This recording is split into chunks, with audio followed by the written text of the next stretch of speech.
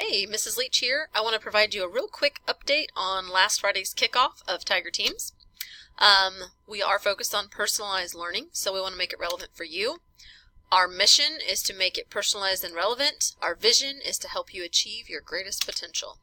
So because of that, we've set it up a little differently than we have in the past. It is going to be relevant. It is more self-directed than it was in the past. It's not so much presenter and sit and get receiving information. It's more teacher driven, and it's going to be ongoing throughout the year. So that is a change for what it has looked like in the past. Why are we doing it this way?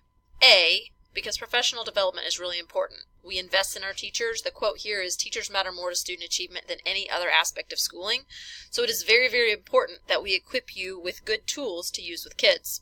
You're the most important thing in their education. So because of that, when you look at the research about professional development, I wanted to show you this kind of why we've changed our structure from that sit and get one-stop shop kind of professional development.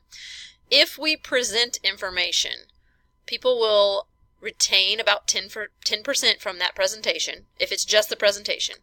They'll maybe implement 5% of it, or they'll have the skill to implement it, but actually very, very little actually gets done in the classroom. The application or the actual doing of that skill that they learned, very little happens. The same thing. Let's say we present to you and we demonstrate to you how to do it.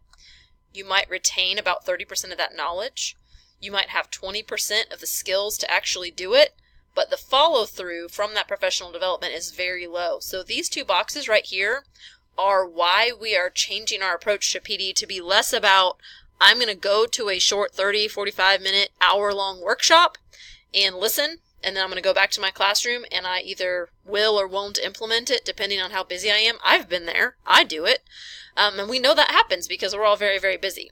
If we add practice, we might implement in the classroom about 5%. But if we have support, we have ongoing coaching, we have ongoing feedback, that's what this process is designed to give you. The actual classroom application goes up a lot. So in case you're wondering why we changed, that's why we changed. Because the research tells us if it's not ongoing, it's really not doing you or our students any good. Okay, so we're going to get better results because this is more research-based and more relevant, and we are trying to tailor it specifically to you. Here's the part that I want to visit with you about is if you want to change your strand, we are going to let you do that. Our strands are effective instruction, student engagement, cooperative learning, instructional technology, standards and assessment, and data and intervention. We want to meet you in the middle. We heard some feedback that some people, it might benefit them to change their strand because of various reasons. So we are going to meet in the middle and let you do that if you would like.